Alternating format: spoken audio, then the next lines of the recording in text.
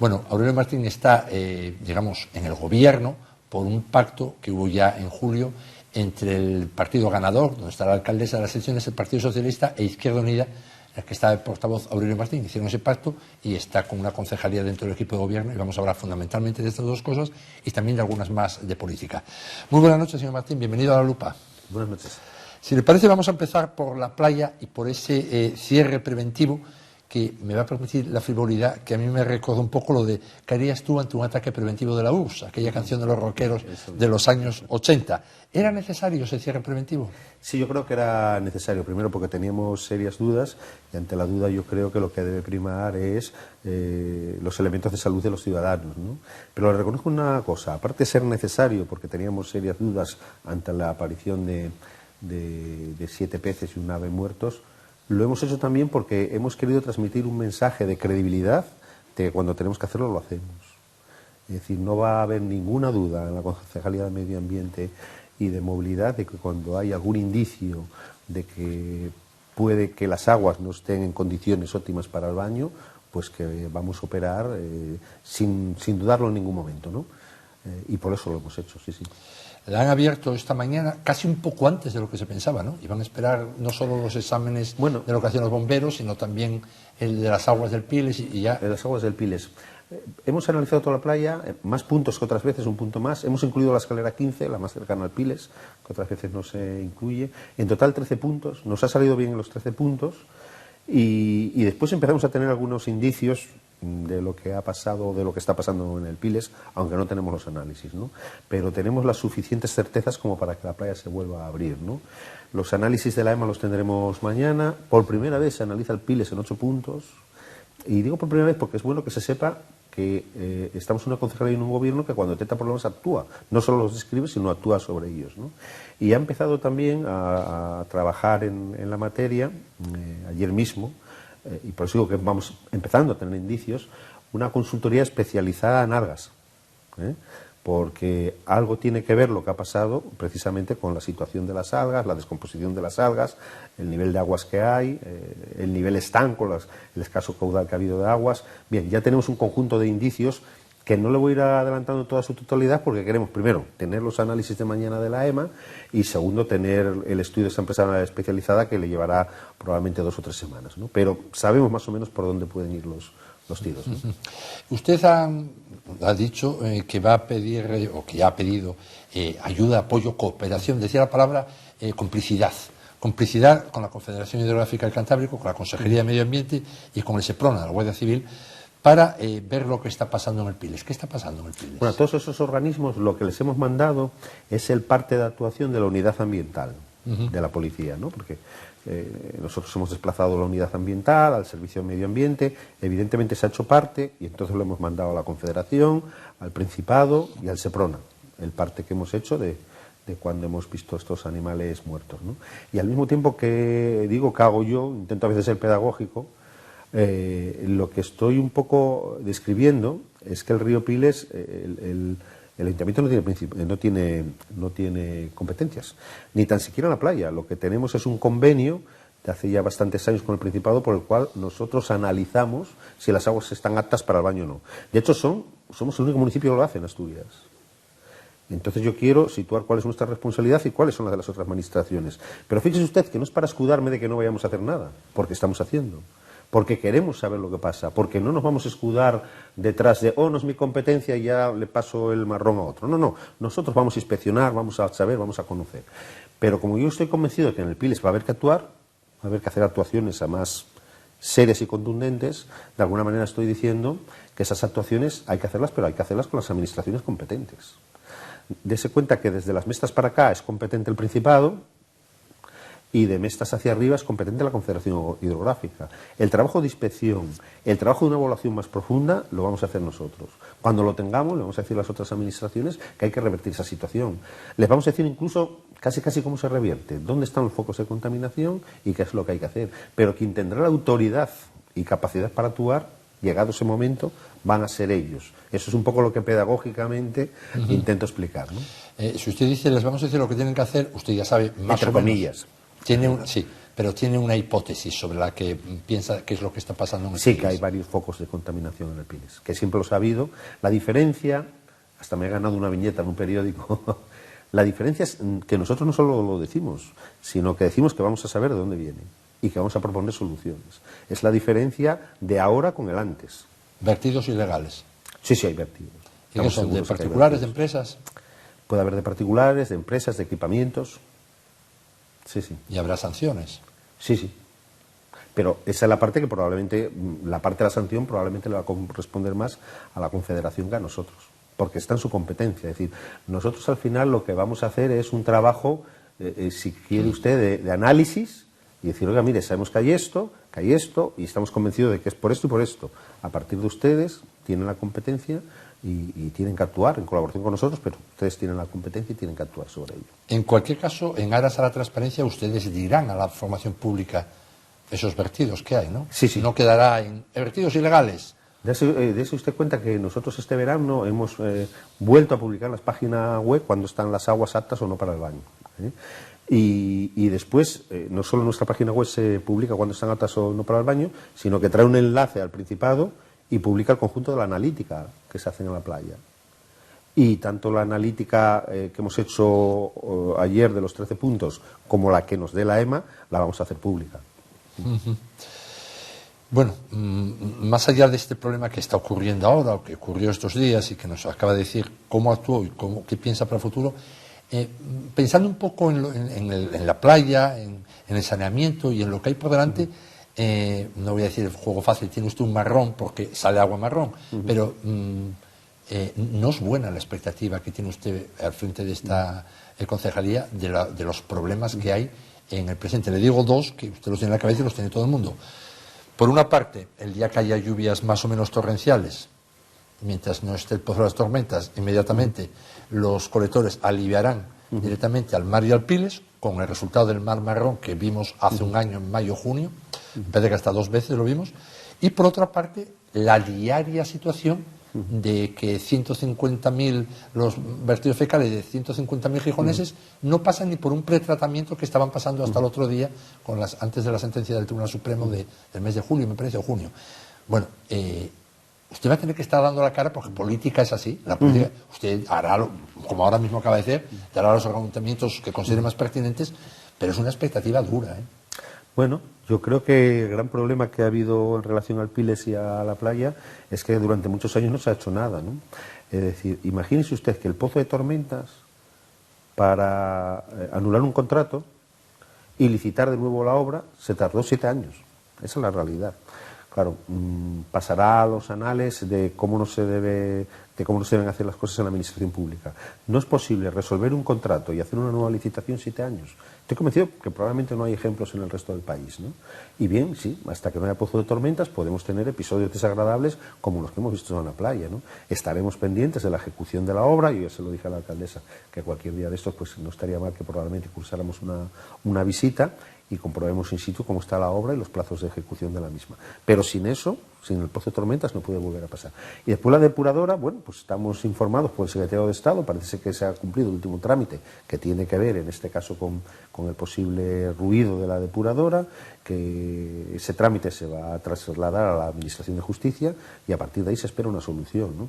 De todas maneras, este tema, que es uno de los temas que es verdad que nos preocupa y que yo hablo también con la alcaldesa, porque también tengo la competencia de saneamiento en medio ambiente, lo que vamos a intentar es tener desde el ayuntamiento una acción proactiva. ¿Proactiva qué significa? Que probablemente nos personemos en el conflicto, ¿no? En el conflicto judicial, ¿no? Porque hasta ahora el ayuntamiento está esperando sentado a ver cuándo le viene la última noticia, ¿no? A veces el último bofetón judicial, ¿no? Bien, pues estamos estudiando seriamente la posibilidad de personarnos y de que el ayuntamiento tenga una información de primera mano y tenga una actuación también en esta materia proactiva, ¿no? Hablaba del Pozo de Tormenta de 7 años, que son muchos, pero es peor toda la situación de medio ambiente de Gijón. Desde el año 91 el plan de saneamiento, la depuradora, que es la pieza central, 38 millones al final, me parece que fueron al final de inversión. Una barbaridad de dinero, acabada, antes, todo tarde, y aún así, digamos, por vía judicial maniatada, por culpa de cómo lo hizo la administración. Eso es evidente, cualquiera distingue, leyendo 2.000 metros de distancia, que no se puede ubicar ahí con el visto bueno de la administración municipal porque lo veía todos los días, que estaba metiendo la pata. Pero dése cuenta que eso está pasando con la gasificadora y ¿usted conoce a alguien que dé por hecho que no se va a abrir? ¿Hay alguna noticia que aparezca que no se va a abrir la gasificadora? No está legalizada, ¿eh? Pero todo el mundo da como un elemento normal que se legalizará, porque cuando una cuestión tiene que ver con lo económico, se soluciona por vía de interés general, por cualquiera de las otras vías, ¿no? Porque alguien dice, oiga, mire usted, hemos legalizado una gasificadora, pues en Galicia, justificando el interés general de España en que a lo mejor quedaba desabastecida Portugal. Imagínese usted el interés general de España, que queda desabastecido otro país, ¿no? Bueno, da para broma, ¿no? Dicho todas estas cosas, a veces se cometen errores administrativos o no se cumplen totalmente los procedimientos. De todas maneras, yo creo que la Administración de la Justicia siempre se inspira en que cualquier resolución no es para causar un mal mayor. Yo tengo la teoría, y seguro que no hablo de los jueces y lo lamento, evidentemente no lo es, ¿no? Pero yo tengo la teoría que hasta que un juez no decida que hay que haber otra depuradora, la depuradora tendría que estar funcionando. Porque es un desastre que no funcione. Yo creo que no se valora suficientemente el desastre ambiental que es. Y entonces yo tengo esa teoría. Digo, oiga, miren ustedes, me van a hacer otra depuradora, pero mientras no me la hacen, ustedes tienen una depuradora y por favor utilícenla. Porque el daño que se está causando es muy superior al que puede ser la molestia, no, la depreciación económica de unos señores que compraron en una zona y que les pusieron una depuradora donde ya había una plantona, por cierto. Porque detrás de todo esto, más allá del procedimiento, lo que está es en la devolución de una propiedad privada. Y me parece legítimo que hagan lo que están haciendo, pero yo creo que las soluciones de la justicia tendrían que ser proporcionadas. Y si al final se cree, oiga, miren, no, se han ustedes equivocado, ya han infringido derechos de los ciudadanos que no deberían infringir, y van a hacer otra depuradora, insisto, debería funcionar con la provisionalidad que permita después entrar a la depuradora nueva cuando se hubiera acabado. De todas formas, esos razonamientos que usted hace, que son lógicos, se pueden hacer y se deben de hacer desde la política, desde sociales. ¿Sabe que la justicia tiene un tipo de razonamientos? Que los jueces no pueden entrar ahí, porque casi desaparecen las leyes. Lo que impera es el sentido común, que no tiene nada que ver con las leyes, es otra cosa. Quiero decirle que ya sabe cómo son, digamos, los considerandos de la justicia. Usted lo conoce. No deberíamos cambiar, porque mire, pasa con los planes generales. Sí.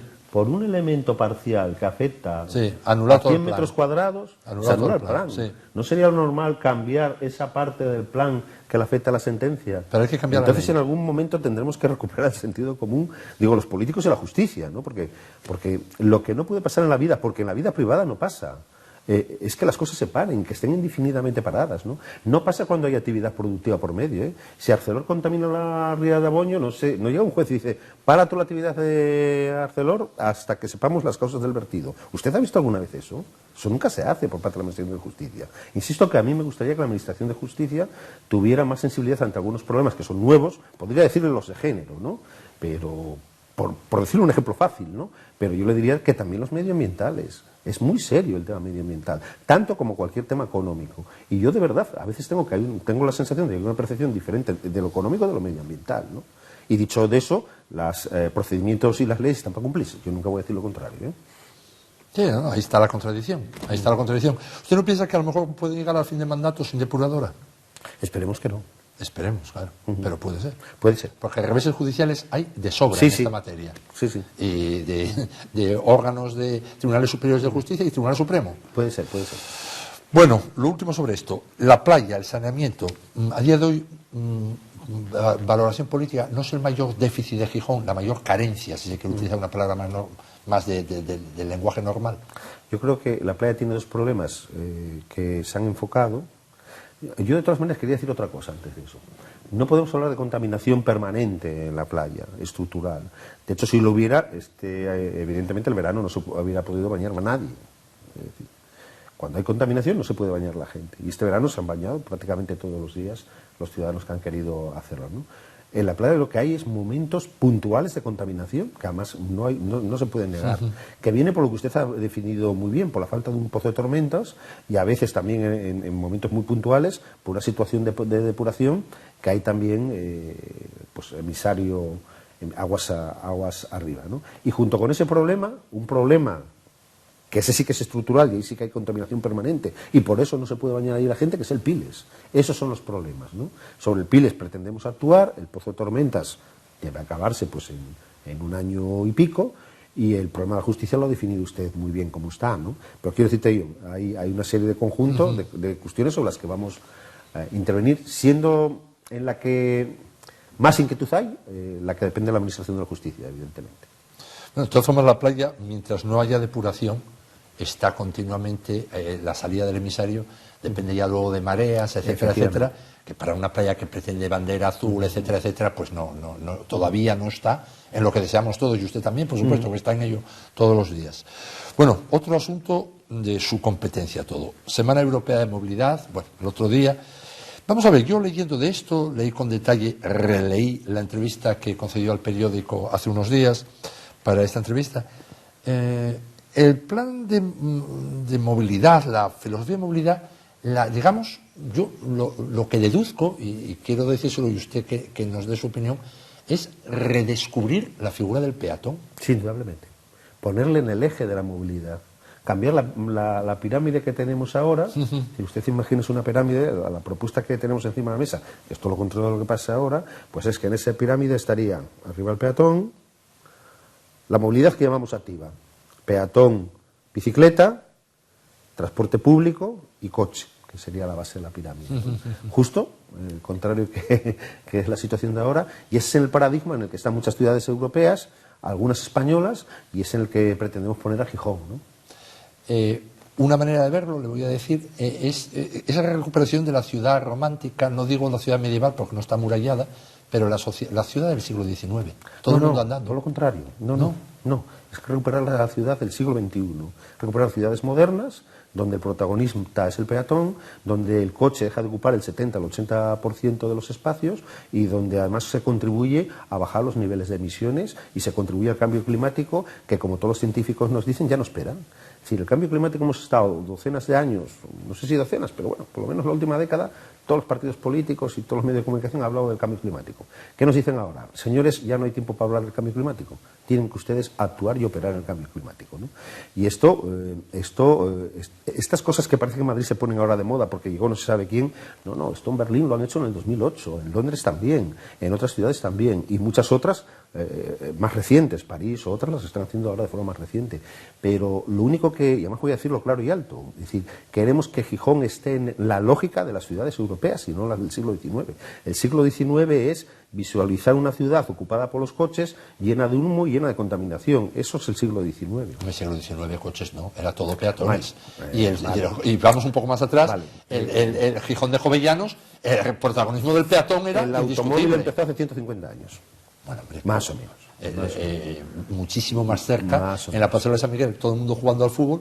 Cuidado que viene un coche y nos retiramos. Otra cosa es que había 4 coches, pero aproximadamente pero era el peatón. Cuando se iba la gente, usted nos decía, y es envidiable en su estado de salud, que iban dando desde Moreda, donde está su casa, hasta el Molinón. Que eso es una caminata de 3/4 de hora mínimo. 40, sí. Oye, hay que dar deprisa para 40 minutos. Paso ligero. Yo soy peatón también, aunque aquí... y paso ligero. Claro, entonces, bueno, eso es lo que hacía la gente en la época aquella. Iban todos andando y el cojo, pues no iba. El gran desarrollo del automóvil es después de la Segunda Guerra Mundial. Claro. Más bien después de la Segunda Guerra Mundial, ¿no? Bueno, bien, constatado esto, se va a utilizar aquí, usted ya lo decía, pongo el término aquí, importar, pero es igual, se va a aplicar la filosofía del Madrid Central. Por no decir que si se copia o no se copia, digo que se va, pero la gente tiene algo en la cabeza, lo que es el Madrid Central, porque lo estuvimos pues viendo en los medios de comunicación todo el tiempo. Primer asunto sobre estos. Gijón no es Madrid ni la Barcelona que van a hacer ahora, ni de lejos. Hay una distancia, algo así como si estamos hablando del urbanismo de Llanes y lo comparamos con Gijón. O sea, es un salto de escala brutal. Al margen de que el presidente Sánchez haya dicho que en ciudades de 50.000 habitantes ya se aplique el Madrid Central, por decirlo de alguna manera, no sé si aquí tenemos la casuística, los condicionantes de la vida, de la movilidad que se tiene en Madrid o en Barcelona o en París o en Berlín.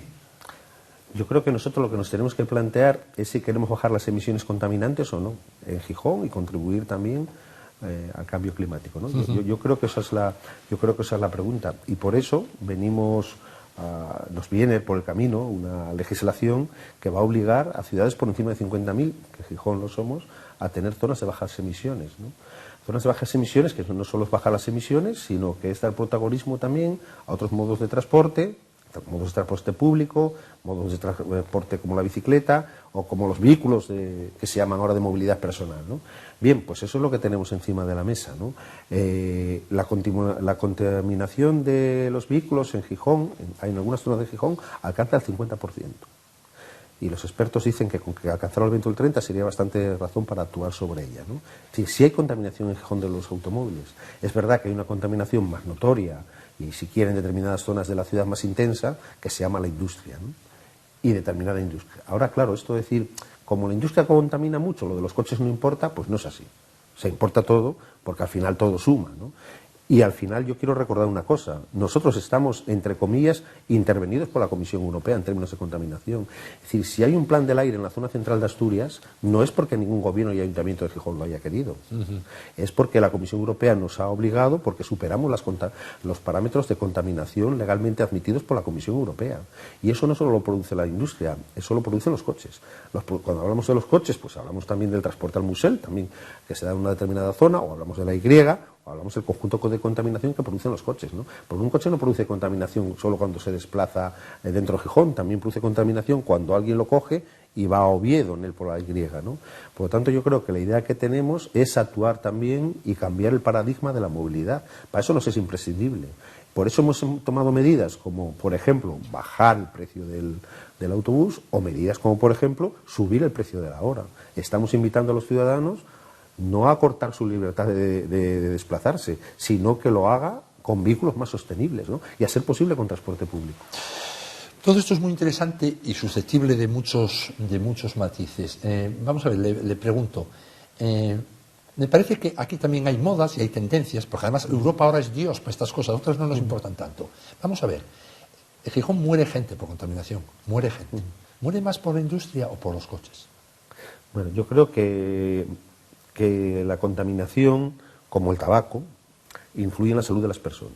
De ahí llegar a decir que categóricamente muere gente, bueno, en el tabaco usted sabe que fumar provoca cáncer, pero que es científicamente indemostrable. Hay un conjunto de parámetros que evidentemente llevan a la conclusión, empíricos, de que las personas que fuman, pues evidentemente suelen tener más cáncer de pulmón. La contaminación evidentemente afecta a la salud y por eso queremos intervenir sobre ella. Y eso es fundamental. Pero bueno, yo no llegaría a esa conclusión de que, porque a veces parece que lo llevamos a un extremo donde es que se nos está muriendo todos los días la gente por la calle cuando paseas, ¿no? No, pero es donde hay más cánceres de pulmón, en Gijón. Sí. Y está claro que hay una serie de instalaciones que se pueden nombrar cuáles son, de cementeras, de térmicas, de siderurgia, que están ahí, que sin eso no habría. Entonces, a mí me parece que mientras el movimiento ecologista o ciudadano puso el énfasis en estas cosas, la política la pone sobre todo en los coches, que no digo que no haya que meter en vereda los coches, pero que me es llamativo, porque fíjese, el cambio climático es muy importante, pero el CO2 no mata ni enferma a nadie por el CO2. El CO2 no trae ninguna enfermedad, trae el crecimiento del mar, por ejemplo, pero no trae ninguna enfermedad. Mientras que hay otro tipo de contaminantes industriales que sí hay una relación causa-efecto con enfermedades muy graves. Luego, me parece que es todo discutible. Sí, es todo discutible. Yo creo que es un conjunto de cosas. A mí me gustaría escuchar a parte de la comunidad científica, no a alguien o a una otra persona, sino al conjunto de la comunidad científica, ¿no? Es decir, yo creo que hay un problema de contaminación, que la contaminación efectivamente afecta a la salud de las personas, pero tendría cuidado también en cómo llegamos, insisto, a algunas conclusiones, ¿no? Es decir, no creo que en Gijón pues tengamos una edad media de fallecimientos por encima o por debajo que Oviedo, por ponerle un ejemplo, ¿no? O que Langreo, por ponerle otro, ¿no? No, es que tampoco está poniendo ciudades que no están contaminadas. Voy a decírselo otra vez, voy a decírselo de otra manera. ¿Usted se acuerda de cuando estaba UNINSA en Moreda? Perfectamente. Bueno, es que hubo un ayer que fue mucho peor en medio ambiente que el presente. Bien. Eso es claro. El medio ambiente era mucho, no había ni parámetros. Yo para creo medir, que lo que está pasando ahora es que afortunadamente hay más sensibilidad sobre los temas medioambientales. Lo que está pasando ahora es que afortunadamente las administraciones, empezando por la Comisión Europea, nos obligan a actuar en esta materia de cosas, nos obligan a tener planes del aire, y eso a qué nos obliga a actuar sobre el conjunto de las cosas que provocan contaminación, también sobre la industria. Yo, si quiere, le puedo decir que se han revisado las autorizaciones ambientales, por ejemplo, de Arcelor, de Mittal Arcelor, que tiene unas nuevas autorizaciones ambientales, y que esas autorizaciones ambientales lo obligan a toda una serie de inversiones para reducir su nivel de emisiones. Hemos hecho una reunión con el director general de ArcelorMittal, como usted bien sabe, y nos ha dicho que a pesar de la crisis del acero, que es muy dura y muy potente, esas inversiones para reducir las emisiones se van a hacer, ¿no? Pues los filtros en los altos hornos, el Sinter A, el Sinter B, el colector, toda una serie de inversiones que están previstas y que nos han dado garantías de que el calendario y las inversiones se mantienen. Es decir, yo creo que hay que intervenir sobre el conjunto de los elementos que provocan contaminación. ¿Cuál es la idea que yo no rechazo? Que, hombre, que como Arcelor ya está haciendo cosas y ya intentará reducir sus emisiones, pues que lo de los coches barra libre. Yo esa idea de que los coches no influyen, es barra libre, ¿no? Porque, insisto, en algunas zonas de la ciudad donde afecta menos la parte industrial, donde no hay industria, hay algunas zonas de la ciudad que el peso de la contaminación de los coches se dispara por encima del 50%, y por lo tanto que hay que intervenir. Pero más allá de la contaminación, insisto, es un modelo diferente de cómo configurar la ciudad y la relación de las personas con la ciudad. Y yo creo que eso está en debate en toda Europa y que está en debate también, o se está poniendo en debate en España, ¿no? ¿Qué ha puesto en debate en España? ¿Qué ha puesto sobre la agenda política y social de España ese debate? Madrid Central. Madrid Central puede ser bueno o malo, pero desde luego ha introducido ese debate en la agenda política. Y por lo tanto estamos obligados a debatirlo, ¿no? ¿Por qué digo yo la filosofía? Porque yo soy consciente que no tenemos las dimensiones de Madrid. Es más, no somos una ciudad radial. O sea, que les doy la razón a todos los que dicen, no somos una ciudad radial. Es más, no somos una ciudad como Madrid, que media España pasa por ella para ir a otro sitio. Gijón no es todas esas cosas. Y por lo tanto nosotros, aquellos elementos de la filosofía que es, hagamos unas ciudades más pacíficas, más donde el peatón sea protagonista, hagamos unas ciudades con menos niveles de emisión, la filosofía, sí vamos a ver cómo se aplica. Ahora, yo no tengo pensado cerrar, entre comillas, o limitar todo el centro de Gijón como una zona de bajas emisiones, lo veremos. Pero lo que sí está claro es que como objetivo queremos reducir los niveles de emisión de la industria y de los coches. Hay un plan del aire que afecta a la industria y habrá medidas también que afectan a los coches y a un cambio de paradigma de cómo nos relacionamos con la ciudad. En principio, las zonas más contaminadas, que no quiere decir cuáles barajan, pero todo el mundo sabe que es el centro de la ciudad. O sea, ustedes no van a poner zona de bajas emisiones Tremaines, aunque sea la zona más contaminada de Gijón. Pero hay zonas en nuestra ciudad que los medidores se nos disparan en determinadas épocas del año, ¿no? Por ejemplo, Pablo Iglesias. Claro. Ahí se dispara. Claro. Y ahí, por Manuel ejemplo, concreto, Pablo Iglesias, toda esa zona. sabe usted que ahí no hay una industria. Entonces, bueno, quiero decir, hay problemas concretos de contaminación porque nos los dan los diferentes medidores que tenemos en la ciudad de la contaminación. Y esos medidores se disparan, no solo se nos dispara la zona oeste, no solo se dispara el del Lauredal, hay otros medidores en la ciudad que en determinadas épocas del año se nos disparan, ¿no? Y que no tienen relación con la industria muchas veces. ¿El Lauredal cómo está? Porque traía mal traer al Principado todavía hace un año. Digamos, el medidor que no es del Principado. Esto es como la prensa libre. El único que no estaba sometido a la fuerza del Principado. Un altísimo representante del Principado, en un momento determinado, a alguien del equipo de gobierno anterior del Ayuntamiento de Gijón le digo, ¿y ustedes? Les dijo, ¿ustedes no pueden poner esa estación en otro lado?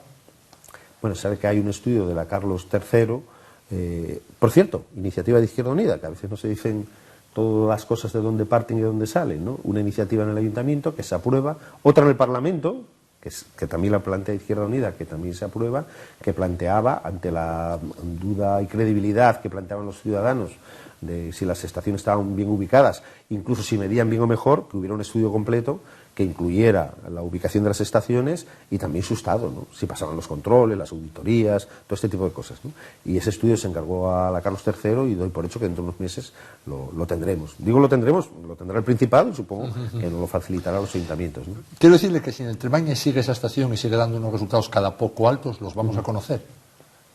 Sí, sí, yo en esto siempre he defendido que la transparencia tiene que ser Digo, porque máxima. Hay homogeneidad política entre el Principado y El Principado tiene una estación ahora, aunque no la tiene en la red oficial, en el Lauredal también, porque la está comparando con los resultados de la estación móvil nuestro. ¿Y encajan los resultados? ¿Son los mismos más o menos?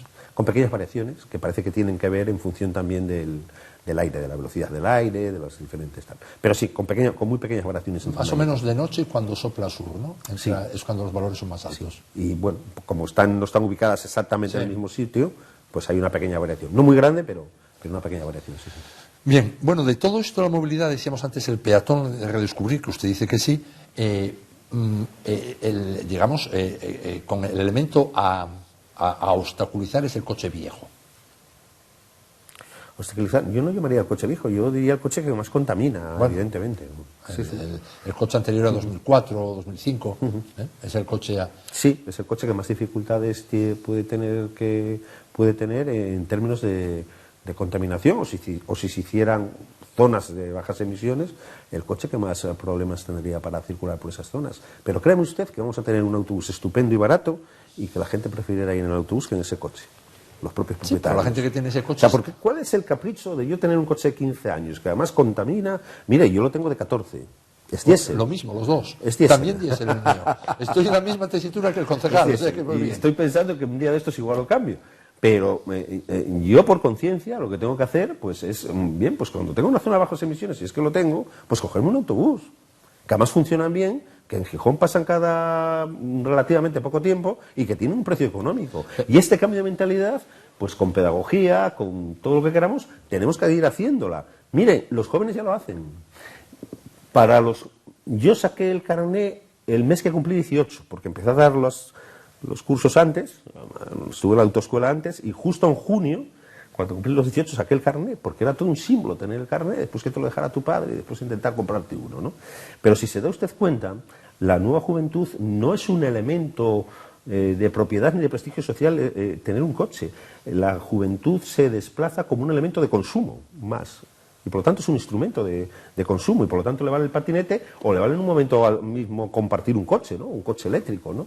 Bueno, yo creo que ese paradigma entre los jóvenes está cambiando, y entre los que no somos jóvenes tenemos que cambiarlo, de verdad. Es decir, tenemos que acostumbrarnos a que andar es muy saludable, nos lo dice el médico a todas las horas, a los que tenemos determinadas edades, y que aparte de que andar es muy saludable, pues la bicicleta puede ser muy saludable. Oiga, y que si usted tiene que ir a no sé qué zona de Gijón, pues mire usted, coja el autobús público, que es muy económico, es un transporte colectivo, hará usted convivencia con otros ciudadanos, y todo ese paradigma poco a poco tendrá que entrar en nuestra cabeza y en nuestras pautas. Sé que es conflictivo, porque estamos planteando cambiar las pautas de comportamiento de la ciudad, y sé que habrá que tener mucha pedagogía y explicar mucho por qué hay que hacerlo, pero yo creo que hay que hacerlo. De todas formas, mire, le estaba escuchando, ¿cómo se comporta la juventud con el coche? Es como cómo vota la juventud. ¿Y sabe qué descubre uno cuando mira más cosas? Que la juventud vota de muchas maneras. De todo, ahora en estos tiempos de todo. Y valora de muchas maneras.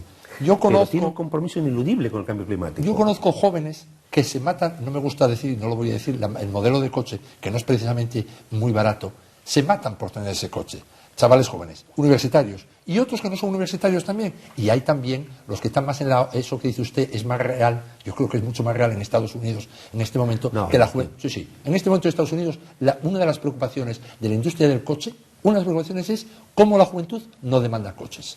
Eso es una realidad. Yo creo que y ya salió en medios de comunicación ya hace 3 años esto. Y sin embargo están a la última en tecnología digital. Están a la última, gastan en ello, ahí está el mundo de la mochila, no hace falta ser Ronaldo para andar con la mochila todo el día y lo llevan. Aquí hay de todo. Y al margen ya de la juventud, los que no somos jóvenes, decirle a un señor, pero usted va al Langreo, sí, voy en el coche siempre, porque ¿para qué vamos a hablar de ir en tren? Me está poniendo otro ejemplo, no nos hagamos trampas. Estamos en la situación de si hay una zona de bajas emisiones. No, ese es el que voy a poner. Ese es el que voy a poner. Está en Gijón, con el coche de 14 años. Diésel, que hay más gente a partir de usted y yo, que tengamos un coche diésel de hace 14 años. Sale de su barrio. Zona, no voy a ir en el Langreo en coche. Voy a buscar un autobús que me lleva. Eso es. Se va a poder ir. Desde el gobierno, es una manera de intervenir en la sociedad civil. Usted en una zona de bajas emisiones puede ir a un aparcamiento. Puede ir a ver un familiar. ¿Puede cruzarla y para ir a donde sea? ¿Puede cruzarla para ir a un sitio determinado? No, para marchar de la ciudad. No, para ir a un sitio determinado. Si usted va a la estación de autobuses, sí, puede ir a la estación de autobuses y aparcar. Y si no me para el policía me puede multar. Si no, pues esto se hace con una serie de cámaras y efectivamente, si usted lo que hace es ir al centro de salud, que no lo tendrá en la estación, porque sabe usted que lo hay en todos los barrios. Si usted va de compras al centro de Gijón, bueno, no, si va de compras y aparca no tendría ese problema tampoco. Lo que usted no podría es atravesar una zona de bajas emisiones para irse a otro lado. A otro lado. Eso es como está ahora la filosofía de Madrid Central, insisto. Pero yo voy a la cuestión de fondo. La cuestión de fondo, más allá de las casuísticas, y repito, Gijón no es Madrid Central ni va a ser el Madrid Central, más allá de las casuísticas, la clave es los instrumentos, que no dejen ser instrumentos, para que nos concienciemos de que tenemos que utilizar el coche lo menos posible. Haciendo pata, como se dice vulgarmente, caminando y después usando transporte público. Y que eso es esencial para la salud nuestra y del medio ambiente. Transporte público, por duro que sea decirlo, y por más que aquí, en Gijón, se tiene un transporte público, se le dio muchas vueltas, se gestionó tal, no está a la altura de un coche privado de la gente. La gente busca un autobús público, tenía que ir todo el mundo sentado, todo el mundo sentado. Esto es como pedir una cama en el hospital, que cada habitación tenga una sola cama, como lo decía yo al presidente Areces en su día. En el nuevo UCA tiene que ser, porque la intimidad es sagrada, sobre todo en algunos momentos. Esto es lo mismo. Si todo el mundo fuera sentado en un autobús, vamos mejorando. Pero negociando curvas, agarrado es que eso, vamos a ver, se puede aceptar, se puede hacer. Es como si usted dice, ¿se puede ir de camping? Pues claro que sí. Todos los que íbamos a los 20, 30 años, yo mismo podría ir ahora. ¿Pero qué quiere que le diga? Hablando como ellos. Como que no voy a ir más de camping. Entonces, me parece que, bueno, que todo esto exige Juan, una reflexión. Vamos a diferenciar. La gente joven, porque tenga que ir 20 minutos en un autobús, que es el trayecto normal en Gijón de pie, no pasa nada. ¿Pero qué hacemos? ¿Autobuses para la mili? No. Sobre todo va gente de la tercera edad. Eso, y la gente de la tercera edad, pues lo normal es que vaya sentado. ¿Que lo normal es que vaya sentado? Que lo normal es que vaya sentado, digo. A ser posible. A ser posible. Nota, ¿no? Pero si llegan y está ocupado aquello, van de pie, como todos. Pues irán de pie, otros casos irán sentados. Pero lo que no podemos es buscar justificaciones y casuísticas para creer que el coche privado nos da derecho, en una situación de cambio climático y de mala situación en nuestra ciudad y en otras, para hacer lo que queramos con él. No, porque regular el interés general en estos momentos nos exige el esfuerzo, el compromiso y el cambio, en definitiva, de pauta de comportamiento cultural, de renunciar en algo, no todos los días y todas las horas, pero renunciar al coche personal, al coche privado, por otros transportes más colectivos y por otros transportes de movilidad personal, como puede ser el andar o la bicicleta. Y yo creo que ese esfuerzo vale la pena en función del cambio climático y en función de unas ciudades más saludables. Que con eso usted me diga, oiga, pero entonces mejore usted el transporte, que tenga más frecuencia, que sea más económico, que pase cada... Que vaya todo el mundo sentado. Pues que vaya todo el mundo sentado. Bueno, pues todas esas cosas pues intentarán ver, se intentarán encajar o se intentarán estudiar. Pero usted se cuenta que los grandes directivos en algunas ciudades europeas, porque hay quien dice, bueno, esto parece que es una clase social, ¿no? Y además, claro, es que parece que ir en autobús es para pobres o para quien no tiene para ir con un coche, ¿no? En los grandes países europeos, los grandes directivos y las clases sociales altas, esto yo creo que fue una jornada que organizaron ustedes, el comercio. Uno de los ponentes lo decía, dice, el transporte público será un éxito cuando las élites, viajen en el transporte público, porque el tiempo vale dinero. Y cuando en el transporte público se viaje más rápido que en el coche privado y además salga mucho más económico, un mínimo sentido de la racionalidad hará que no solo quien no puede tener coche privado, sino quien puede tener coches privados muy potentes diga, oiga, no, es que yo para llegar a la otra punta de Gijón, como pasa a veces en Madrid, yo ya a Madrid voy en tren, pero cuando voy en coche no lo utilizo, porque me he dado cuenta que me sale mucho más rápido y económico ir en metro. Es que cuando bajas y lo tienes en un parque en 5 horas estás arruinado. Vale más bajar en metro, incluso alguna vez subir en taxi, incluso si se quiere, ¿no? Pues bueno, yo creo que todo ese cambio de mentalidad, de paradigma, de situar las prioridades, no solo las individuales, sino las colectivas que tenemos como ciudadanos, yo creo que es las que tenemos encima de la mesa. Y bueno, yo hace unos años usaba el coche para todo. Bueno, pues ahora lo pienso 2 veces. Y no solo porque sea el concejal de Medio Ambiente, pero lo pienso 2 veces. Bueno, pues por compromiso con lo que me dicen que tiene que ser el planeta y bueno, y tu propia ciudad más saludable, bueno, con menos contaminación y bueno, y con otras características y paradigma que hemos conocido hasta ahora, ¿no? Quería preguntarle por... he estado atento cuando iba diciendo bicicleta, bueno, hasta lo ponía yo, ideal, la misma jerarquización que usted decía, ¿no? Peatón, bicicleta. Entonces, solo nombró una vez y con otro nombre así de pasada, y ya me imaginaba que iba a pasar, al patinete, que es el invitado que no tenía vez y se coló en la fiesta, el patinete eléctrico. Parece que a usted le gusta menos que la bicicleta. Bueno, yo creo que las administraciones, nuestra obligación sería potenciar, como le decía antes, la movilidad activa. La movilidad activa fundamentalmente es pues, las personas que caminan y fundamentalmente es la bicicleta, ¿no? Pero somos conscientes de que hay otro tipo de movilidades, no son activas en este caso, que han llegado y que han llegado para quedarse. Bien, este tipo de movilidades lo que hay que hacer es regularlas, lo mismo que con otras movilidades de transporte, situando al peatón como protagonista y a esa movilidad de transporte concreta, por ejemplo el patinete, pues hacerlo convivir con el resto de movilidades del transporte y siempre reservando el protagonismo del peatón, ¿no? Y eso es lo que vamos a hacer. Vamos a hacer una ordenanza de movilidad que pretende regular los diferentes modos de transporte y que convivan, porque somos conscientes que están ahí y que algunos de ellos han venido para quedarse y por lo tanto no tiene sentido demonizarlos, no, han venido para quedarse y lo que aspiramos es a regularlo, no a que hagan tampoco lo que quieran. Bueno, en realidad entonces prefiere la bicicleta porque utilizando la bicicleta se baja el colesterol.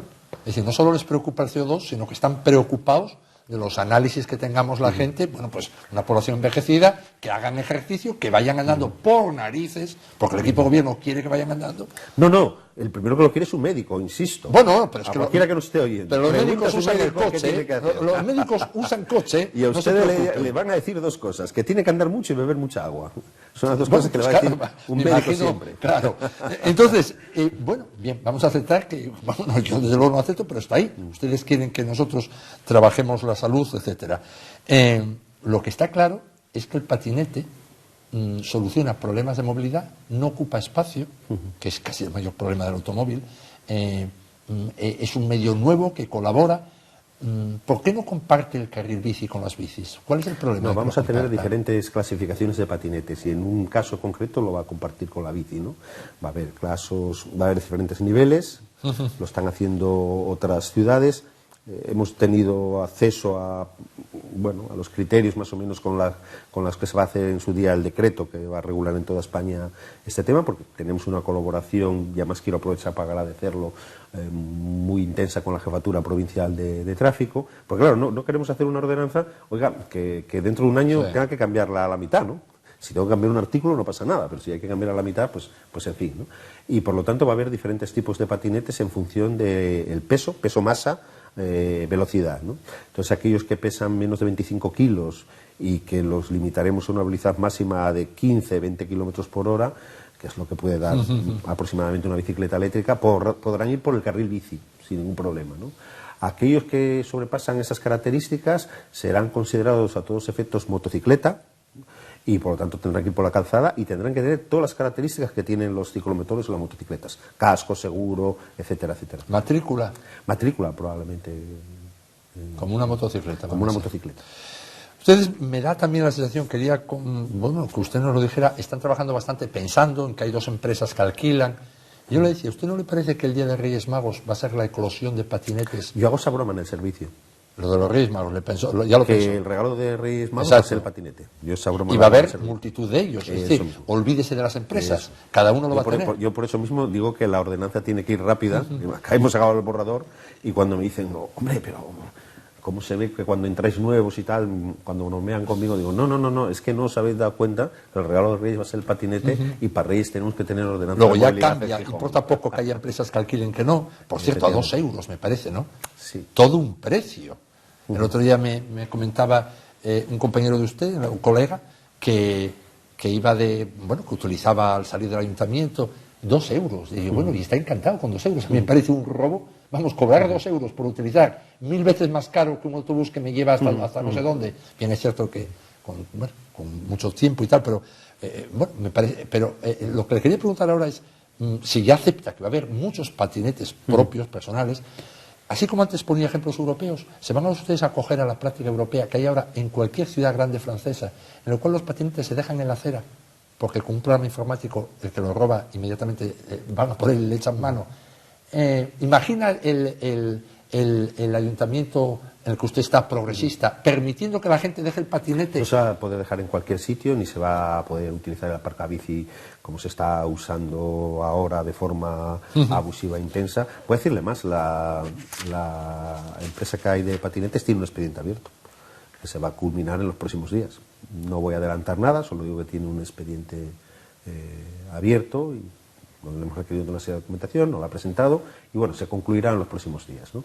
Pero no vamos a permitir esas situaciones donde, por ejemplo, tengo fotos de aparcabicis porque las ciudades nos te los mandan donde no hay para dejar una bici, o sea, están todo aparcabici de atrás adelante lleno de patinetes, ¿no? No, eso es evidente, ¿no? Eso es evidente que es lo que pretendemos regular, ¿eh? Yo le digo, el patinete ha venido para quedarse y nuestra obligación es regularlo. No vamos a hacer otra cosa que regularlo. Darle un orden, darle un sentido común, ponerlo en convivencia con todos los otros medios de transporte y sobre todo ponerlo en convivencia con el peatón, ¿no? Porque es verdad que hay patinetes.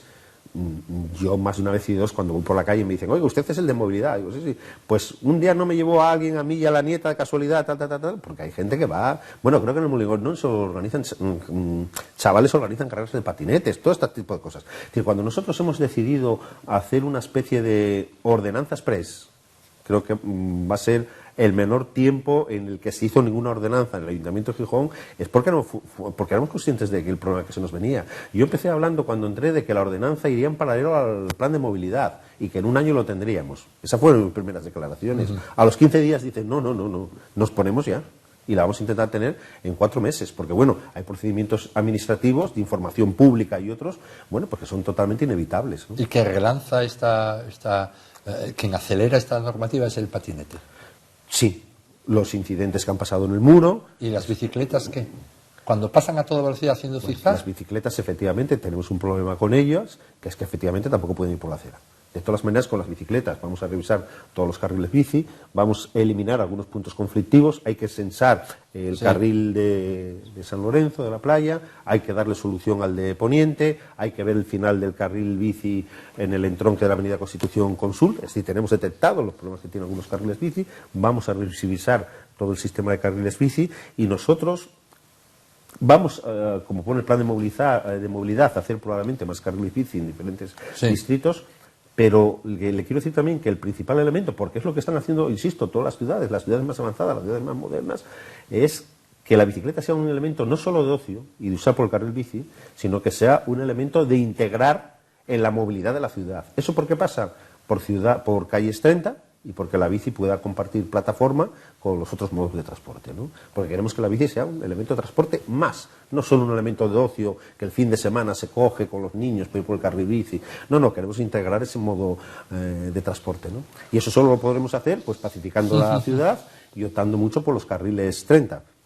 Carriles 30, pues probablemente todos los de un sentido acaben siendo carriles 30. Pero usted me dirá, bueno, ya están aquí en Gijón, ustedes han llegado con 4 modernidades. Puede estar pensando eso, pero mire, yo le puedo decir que probablemente la próxima normativa que saque la Dirección General de Tráfico vaya así para todas las ciudades grandes. O sea, que no es que en Gijón estemos apostando por ocurrencias, sino que probablemente el conjunto del país, como en otros países, se vaya en este camino, ¿ya? O sea, que lo que estamos intentando es actualizarnos o adelantarnos o poniendo las bases de lo que viene de la movilidad que viene en el futuro, ¿no? De todas formas, la imagen así rápida es que en las grandes ciudades europeas es como si no hubiera esta normativa. Coches así. Irá cambiando. Eso ya, claro. Eso ya no lo sé. A una velocidad de vértigo. Ahí no me atrevo a decir nada en contra. Pero en este momento, coches así. Irá cambiando a una velocidad de vértigo. Vamos a otra cuestión. La frase está, se suben los sueldos y nos suben los impuestos del ciudadano al llegar el ayuntamiento de izquierdas.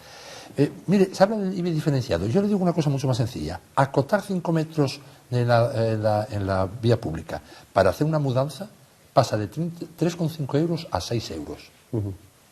Una buena subida, casi el 100%. Bueno, son 6 euros.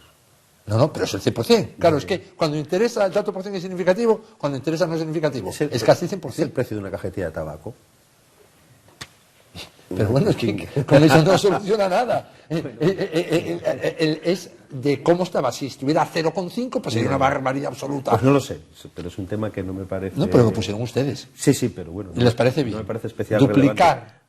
Bueno, cuando estamos hablando de 0,50 o de una diferencia de 2 o 3 euros, no me parece especialmente relevante en una ciudad que, como usted bien sabe, tiene una presión fiscal muy por debajo de ciudades como la nuestra, ¿no? Le puedo decir cómo están los IBIs en España, que es el elemento de presión fiscal más importante que tiene una ciudad, y no se imagina, estamos de las últimas ciudades en el IBI, ¿no?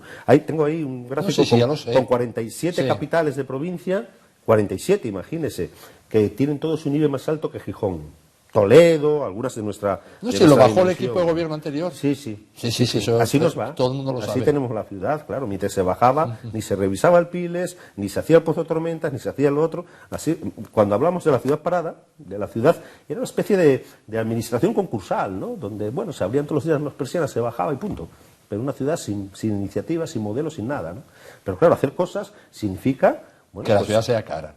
que la ciudad sea cara, no. No, ya no me vale el coche, ahora no me dejan cruzar. No, le insisto, es que estamos muy por debajo de la presión fiscal de Oviedo, de cualquier ciudad. Es decir, aquí estamos más cerca del paraíso fiscal que del infierno fiscal, porque si no llegamos a la media, ¿verdad? Si hablamos de infiernos y hablamos de paraísos, el no llegar a la media nos pone más cerca del paraíso, por ¿verdad? Supuesto. Si hablamos en estos términos contundentes. Era más un paraíso, ¿no?, con Foro que con ustedes, por esa regla de tres. No, porque... ¿Me está diciendo usted eso? No. Foro modificó un poco el IBI, nada más. Principal. Nada más, pero fue lo que hizo. Después la siguiente burrada que hizo fue congelar durante 8 años. Bueno, pues eso. Pero en era los tiempos en que gobernaba la izquierda, en los tiempos que gobernaba la izquierda, tampoco Gijón estaba por encima de la media. ¿Usted sabe quién estaba por encima de la media? Todas las ciudades gobernadas por la derecha. Madrid, Valencia, Murcia. Pero ¿usted sabe quién ha subido todos los impuestos en España? Todos. El señor Rajoy. Eso lo sabemos todos. Subió 20 y tantos impuestos. Eso lo sabemos todos. Oiga, y además lo hizo cuando mejor lo podía hacer, cuando más lo sufrían los españoles, en plena crisis económica. Cuando no cuadraban las cuentas del Estado. Perdió, como decía Javier Fernández mil veces, 70.000 millones de recaudación de un día para otro. No. Pero una parte por la crisis. Pero no, otra, por la crisis. No. En ese momento, 2012, por la crisis. Pagado pufos melagónicos de la derecha que ni le cuento. Oiga, el soterramiento de la M30 en Madrid, sí. No le voy a decir los proyectos de la derecha, el aeropuerto de Castellón, no le voy a decir... Pero eso es otra cosa. Usted no sabe le voy a decir perfectamente... los proyectos de la derecha. ¿Qué tiene que ver las comunidades autónomas con lo de Rajoy? Ligados a la corrupción, no le voy a decir los proyectos de la derecha ligados a la corrupción, a los 1000 imputados que tiene el PP por corrupción, si eso ha tenido relación o no, también con la subida de impuestos. Yo creo que sí. Pero si hay un campeón subiendo los impuestos, es la derecha. Pero hombre, con lo riguroso que está usted con la playa y ahora hace otro registro, es como un cantante de ópera. No, porque me entra en la vía populista. No, la subida de impuestos de Rajoy sabe perfectamente usted que no tiene nada que ver con esos escándalos y esas corrupciones, que evidentemente las hay. Pero el partido de Rajoy sí tiene que ver. Cae el IRPF, cae el IVA, cae incluso el impuesto a sociedades por debajo de los impuestos de tabaco, de gasolina, etcétera, y en ese momento, como decía Javier Fernández, se deja de tener 70.000 millones Hacienda y cogen y hacen la subida. El delito, no es delito, el golpe de Rajoy es que lo hace en contra de su promesa. Ese es el golpe de Rajoy. El golpe de Rajoy es que dijo, voy a bajar los impuestos y lo subió en el primer pero que además sube todos los impuestos indirectos, todos los impuestos que afectan a los ciudadanos, pero al mismo tiempo baja el impuesto a sociedades y baja toda otra serie de impuestos. No, en aquel momento no bajó ninguno. Lo que hizo fue una subida en el primer Consejo de Ministros, después de haber mentido, saca 186 diputados y en ese momento tiene el poder de hacer justo lo contrario que había prometido. Bueno, evidentemente seré yo el último que pondere eso, pero vamos, no juntemos eso con el aeropuerto de Ciudad Real, que es todo lo que es de desastre, pero cursa por otro lado. Fue un caos en lo que fue el déficit público. Como usted sabe, el déficit público en España estaba disparado fundamentalmente por la ocultación de déficit público que hacían las comunidades del PP. Le voy a poner uno, Valencia, que escondía su déficit público y otro, y eso fue algo que fue un auténtico desastre. Bueno, ya lo hablaremos porque ya veo que no está bien informado del 9,5 de déficit del Estado. Yo populismo no. Bueno, vamos a ver. La EMA, el metro cúbico de agua, un 5% más.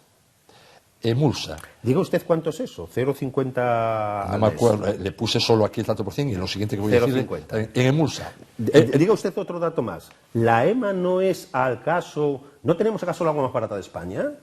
Y una empresa pública que es de las mejores que hay en España, porque tenemos eso. No estamos hablando... me olvidaba, el anterior gobierno no hablaba de estas cosas. Hay una estructura de saneamiento en Gijón que hay que cambiarla entera. Ahora, eso no le digo. No, esto a los anteriores no le importaba. No, pero, lo que le importaba es el populismo, decir yo no subo. Oiga, la ciudad se cae a cachos, ya vendrán los que vengan detrás a arreglarla. Que eso es la situación en la que estamos ahora. Emulsa, el año pasado 5% y para el año que viene 9,5%, 14% más. 0,50 al mes. Cuando uno mira esto, yo quiero llegar, es un elemento clave en esa subida de impuestos, no lo que está diciendo, sino el hecho de que los funcionarios pasen de 37,5 horas a 35. No. Bueno, es que es así, hasta la señora alcaldesa no lo reconoció en la entrevista. Cuando uno mira, si una empresa tenía 1 millón de beneficios... ¿Usted sabe que los funcionarios en el Ayuntamiento de Gijón ya tienen las 35 horas? Pues como nadie lo quiere decir, voy a decirlo yo. ¿Usted sabe que la señora Morillón inventó que cuando las fiestas caían en sábado también eran fiestas? ¿De qué estamos hablando? Pero ahora No, se pues rebaja más, ahora se contrata más gente. Ahora es un problema en las empresas públicas. Bueno, más, pues eso. Pero es más en las empresas públicas que en lo que es la estructura del ayuntamiento. En la estructura del Bueno, ayuntamiento... pero le estoy nombrando estas empresas. Los funcionarios tienen 35 horas, hora arriba, hora abajo, en la actualidad.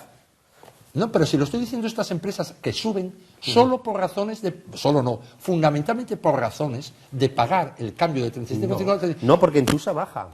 Entonces es la única que baja. No, claro. La única baja. Pero porque los impuestos tienen una lógica en el Ayuntamiento de Gijón y no tienen que ver con las 35 horas. ¿Cómo no va a los tener impuestos, que ver? Si tienen ustedes de lo más caro. El coste de trabajo en la EMA es de 55.000 euros trabajador. Yo le estoy diciendo que tenemos los servicios más públicos. Oiga, ¿usted sabe cuánto vale el autobús en Oviedo que lo tienen privatizado? ¿Sabe cuánto vale el agua o la basura en Oviedo? Yo le digo que nosotros nos comparamos a otras ciudades europeas y tenemos impuestos y tasas más bajas, europeas de España, y tenemos impuestos y tasas más bajas. Eso es indudable. Lo que sí hemos dicho es, queremos una fiscalidad que baje en aquellos temas que beneficien a todo lo que es la concepción del cambio climático y de la fiscalidad verde. Por lo tanto, el autobús, que nos parece el transporte público como un elemento fundamental, baja. Y el consumo del agua o el tema que tiene relación con las basuras sube. Y eso tiene que ver también con objetivos de fiscalidad verde. Pero claro, cuando hablamos de 14%, 15%, lo que estamos hablando es que sube 0,50 cada 2 meses. Es de lo que estamos hablando. Y yo junto con eso le digo que además eso es mucho más barato que en cualquier otra ciudad. Con un servicio público, con un servicio que respeta el derecho de los trabajadores, que respeta las 35 horas y que además es un buen servicio público. Por lo tanto, no veo dónde está el problema. Hombre, el problema es que la mitad de esa subida sea para pagar 35 no horas. Es así, claro que es así. Eso sí que es claro una que es ideológica, no, esos son números. Tengo echado los números. Qué pena, es que usted mismo lo puede echar. Es que el trabajador de la empresa pública, de la empresa, no del ayuntamiento, tiene derechos. Pues claro que tiene, que sí tiene, claro. Los que no tienen los otros. Va de 46.000 a 55.000, según qué empresas, el coste por trabajador. Sí, pero mire, es una barbaridad. Este gobierno aspira a ser coherente con los trabajadores y con los derechos de los trabajadores. Y queremos que los trabajadores tengan derechos en las empresas públicas e intentaremos, no desde el ayuntamiento, desde la acción política que tengamos fuera del ayuntamiento los partidos, en que el conjunto de los trabajadores tengan derechos. Yo sé cómo puede ser todos los servicios más baratos, privatizándolos, teniendo sueldos de 700 euros, 900 es el mínimo interprofesional ahora, ¿no? Con eso hacemos unos servicios más baratos. Pero ese es el modelo que nosotros estamos planteando. Pero si no lo planteó nadie en el Ayuntamiento de Gijón. No. Desde la etapa democrática no hubo ni un alcalde que haya hecho ni atisbo de hacer eso. Nadie. Entonces, esto está planteando una teoría que no hay. Lo cierto es que si se echan los números, lo que le digo va a misa. Si una empresa, como es en un caso, tiene 1 millón de beneficios el año pasado y se plantean tener 2,2, 1,2 más, de ese 1,2 más, 550.000 van en ese extra que hay que pagar por la contratación. Porque hay tal remanente, por ponerle otro ejemplo, en la empresa municipal de aguas hay tal remanente que podríamos ponernos las 35 horas y no 10. Por lo tanto, no es cierto. Entonces, ¿para qué lo suman? Si hay tanto remanente. Lo sube porque tiene que haber una actualización de precios y porque es aproximarnos también, en muchos casos, a un servicio. Mire, se lo he dicho la otra vez, lo subimos porque hay que cambiar toda la estructura de saneamiento del Ayuntamiento de Gijón, porque somos un gobierno que tiene previsión a corto y a medio plazo, no somos un gobierno cortaplacista para los 3 próximos años que vienen. Eso lo hacían los anteriores no necesitaban subir nada. Oiga, ahora hay que hacer 2 pozos de tormentas, dentro de nada tendremos que ponernos a revisar y a cambiar toda la estructura de saneamiento de Gijón. ¿Cómo se hace eso? Con previsión, teniendo caja, y afortunadamente la EMA la tiene. Cuando nosotros decimos que vamos a hacer algunas actuaciones es porque la EMA tiene caja. Habrá que procurar que la siga teniendo. ¿Con qué? Con subidas razonables. Subir el 0,50 a un recibo cada 2 meses no es una subida razonable. A mí me parece razonable. Y después habrá las bonificaciones sociales que tenga que haber por si alguien no puede pagar eso. Pero me parece que tiene todo una cierta lógica. Quería pasarle, porque estuvimos con esto mucho tiempo, el pacto SOEU, que usted está en el equipo de gobierno. Es un pacto original, ¿no? El que usted se integra en el equipo socialista. No es un pacto como usted los conoció y los vivió dentro del gobierno del Principado con el PSOE, porque todos Izquierda Unida aportaba mayoría absoluta. En este caso ustedes no aportan, o usted, que es un grupo unipersonal, no aporta ningún cambio de mayorías en el ayuntamiento. Mucho más que lo que se aporta a nivel nacional. Imagínate, llevamos 5 meses discutiendo del Gobierno de España. O sea, la aportación de este concejal es mucho más de lo que aporta Podemos a nivel nacional. Porque fíjese usted que con mi aportación puede haber una mayoría con Podemos. En el Gobierno de España, con la aportación de Podemos, no se suma con la izquierda. Se necesitaría grupos de la derecha. Por ponerle ejemplos, PNV, Partido Regionalista de Cantabria. Sin embargo, en el Gobierno de Gijón se suma con Podemos. Pero no solo se suma con Podemos, sino que es necesario la derecha. Con el voto de Izquierda Unida es posible sacar las cosas adelante con la abstención de 4 grupos, de uno de esos 4 grupos, de Podemos, de PP, de Foro o de Ciudadanos. Solo con la abstención.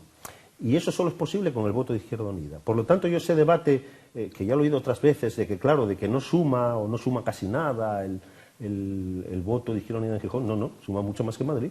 Muchísimo más, 1000 veces más. Con lo cual no entiendo por qué ante planteamientos políticos parecidos la aritmética es diferente. Nosotros en Gijón sumamos mucho más que Pablo Iglesias en Madrid y no lo necesitamos 4 meses para no llegar a ningún acuerdo. Hemos hecho las cosas como debería hacerse. Creo que es un ejemplo de cómo se hace una negociación política, con un programa adelante y con una negociación después de si se está o no en el gobierno. Discreta, sin insultos, tranquila, bien hecha, eficaz y con un buen resultado. Yo lo pondría como ejemplo para el resto de España, se lo digo con toda sinceridad. Bueno, es que si uno de esos grupos de ciudadanos se abstiene, basta con su abstención ya.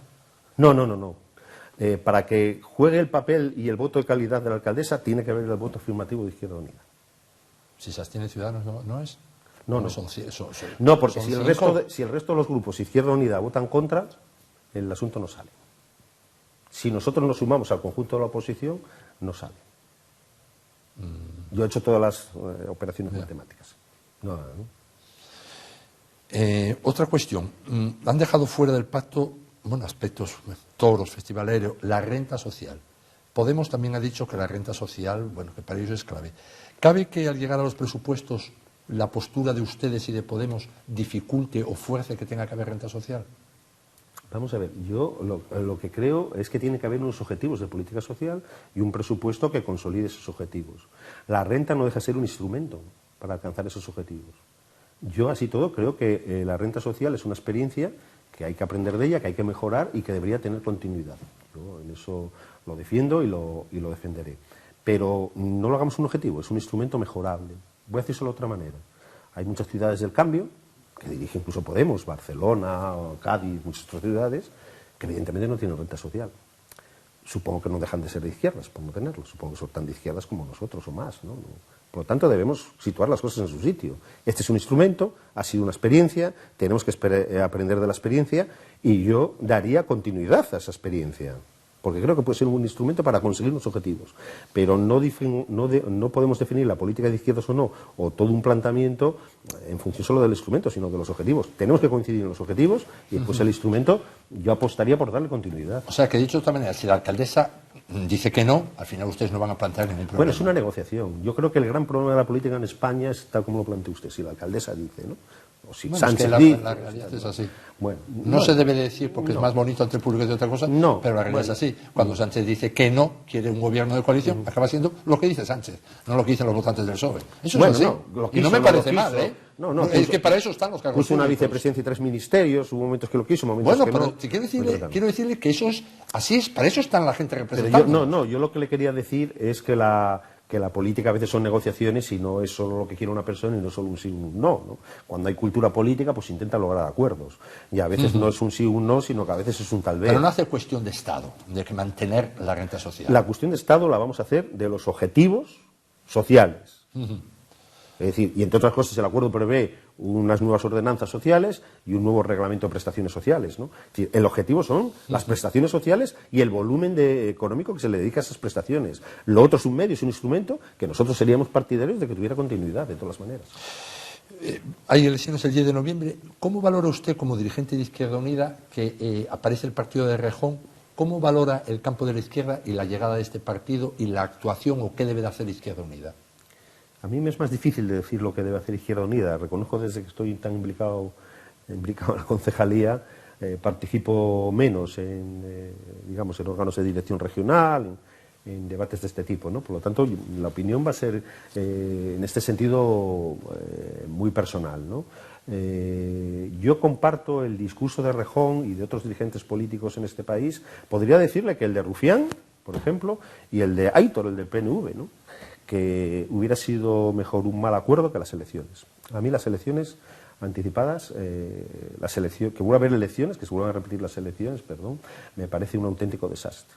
En términos globales, generales para el país y en términos de relación entre la izquierda, porque no se va a repetir sin un coste dentro de la propia izquierda, ya no solo lo que significa para el conjunto del país, ¿no? Por lo tanto, considero que es un desastre. Yo creo que tendría que haber un acuerdo, cualquier acuerdo, incluso un acuerdo que a lo mejor no pasaba por tener ministros o por haber aceptado la propuesta de ministros que se puso en su día encima de la mesa. Es verdad que un acuerdo a nivel nacional es mucho más complejo que un acuerdo a nivel municipal o a nivel autonómico, pero insisto, yo creo que tenía que haber un acuerdo y creo que lo que ha pasado es un desastre, ¿no? Entonces, comparto discursos como el que hace Rejón, pero le he puesto otros ejemplos de políticos, y mire que yo, el señor Rufián, mire que discrepo con él en muchísimas cosas, sobre todo en todo, y con Aitor también. Pero bueno, pero yo le diría que Aitor es un lujo de parlamentario, independientemente después coincidencias ideológicas o no, ¿no? Y eso a veces se agradece. Tener a alguien sensato y que dice las cosas con sensatez y con sentido común, independientemente a veces del ámbito ideológico que a veces se sitúe, pues a mí Aitor me parece un lujo, por mucho que sea del PNV, ¿no? Pero le he puesto varios ejemplos de dirigentes que han hecho manifestaciones y que yo comparto, por lo tanto comparto también esa parte del discurso que ha hecho Rejón y otros dirigentes políticos. Ya, pero ¿cómo ven la práctica? ¿Usted cree que Izquierda Unida debe de moverse de Unidas Podemos? ¿Debe tender algún puente con el partido de Rejón? ¿Debe creer que deben de confluir los tres? No, debe competir pura y duramente. Bueno, lo ideal es que confluyeran los tres, eso es lo ideal. Eso es imposible. Eso es imposible. No creo que Pablo creo que se han cometido muchos errores para que eso sea posible, pero lo ideal es que hubiera esa confluencia de los tres y en cualquier caso creo que Rejón tiene todo el derecho a presentarse. Lo que va a hacer lo de Izquierda Unida se me escapa más, insisto, no estoy ahora activo en la vida más política de Izquierda Unida. Qué raro se me hace que se le escapa lo que va a hacer Izquierda Unida.